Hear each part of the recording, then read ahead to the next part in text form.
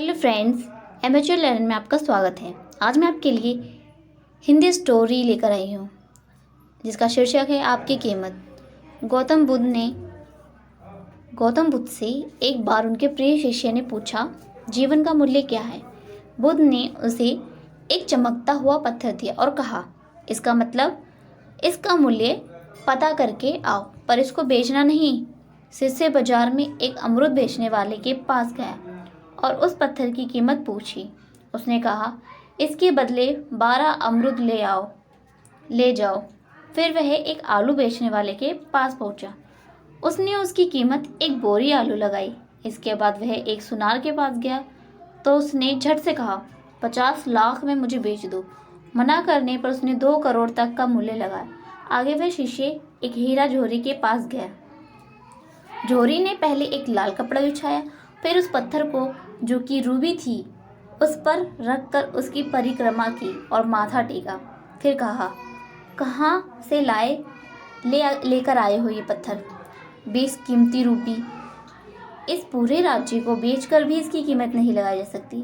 हैरान परेशान शिष्य बुद्ध के पास पहुंचा और सारी बात बताई। बुद्ध ने कहा, जीवन रूबी है, पर ध्यान रखना कि सामने वाला अपनी हैसियत, अपने ज्ञान और अपनी समझ से ही तुम्हारी कीमत लगाएगा। अक्सर हम हताश हो जाते हैं जब कोई हमारी सही कीमत नहीं आंकता। अली बाबा के संस्थापक और दुनिया के सबसे अमीर लोगों में एक जैक मा हार्वर्ड यूनिवर्सिटी ने 10 बार दाखिला देने से मना कर दिया। नौकरी के लिए वे 30 से ज़्यादा बार ठुकराए गए, मगर जैक मा ने अपनी निगाहों में अपना मूल्य कभी कम नहीं होने दिया। बर्नार्ड शो एक चेतावनी अक्सर देते थे, आपको आंकने की कोशिश करने वाले हजारों मूर्ख हैं, आपको उन मूर्खों में शामिल नहीं होना है।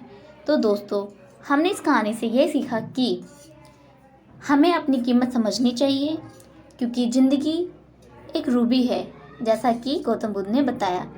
उन्होंने बताया कि हमें लोग अलग अलग तरह से आंकेंगे, हमारी हैसियत का पता लगाएंगे, लेकिन हम अपने ज्ञान और अपनी समझ से ही हमारी कीमत लगाना चाहिए। अक्सर हम हताश तो हो जाते हैं कि कोई हमें सही कीमत नहीं आंकता, लेकिन इसे हमें हताश या निराशा होने की कोई ज़रूरत नहीं है।